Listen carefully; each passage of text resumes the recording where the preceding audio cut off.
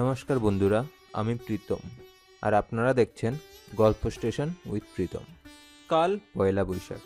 আপনি কি জানেন আমরা যে পয়লা বৈশাখ উদযাপন করি তার ইতিহাস 400 বছর বেশি পুরনো? কিন্তু প্রশ্ন হলো, কেন বাঙালির নতুন বছর শুরু হয় এই দিনে? আজকের গল্পে জানবো পয়লা বৈশাখের এই আসল ইতিহাস।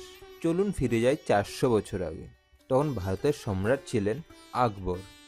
সেই সময় কৃষকদের থেকে ট্যাক্স নেওয়া হতো ইসলামিক ক্যালেন্ডার অনুযায়ী। কিন্তু সমস্যাটা হলো, ইসলামিক ক্যালেন্ডারটি ছিল চাঁদের উপর ভিত্তি করে, আর কৃষিকাজ চলে সূর্যের ঋতু অনুযায়ী। ফলে কৃষকদের অনেক সমস্যায় পড়তে হতো। এই সমস্যার সমাধান করার জন্য সম্রাট আকবর এক নতুন ক্যালেন্ডার চালু করেন, যার নাম ছিল বাংলা সন। এই বাংলা সনের নতুন বছরের প্রথম দিনই হইল পয়লা বৈশাখ। আজও এই দিনে মানুষ নতুন জামা পরে, মিষ্টি খায়, পরিবারের সাথে ঘুরতে যায়, আর সবাই একে অপরকে বলে শুভ নববর্ষ।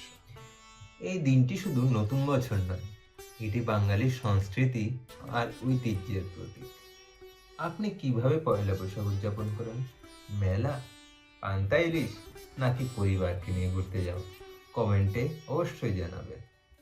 যদি এই অজানা ইতিহাস আপনাদের ভালো লেগে থাকে তো অবশ্যই ভিডিওটিতে লাইক করবেন। আর এইরকম আরো অজানা ইতিহাস আর গল্প জানতে চ্যানেলটি সাবস্ক্রাইব করে রাখুন। গল্প স্টেশনে প্রতিটি গল্পের পেছনে থাকে একটা অজানা ইতিহাস। আবার দেখা হচ্ছে পরের গল্পে। আপনাদের সবাইকে জানাই শুভ নববর্ষ। নমস্কার।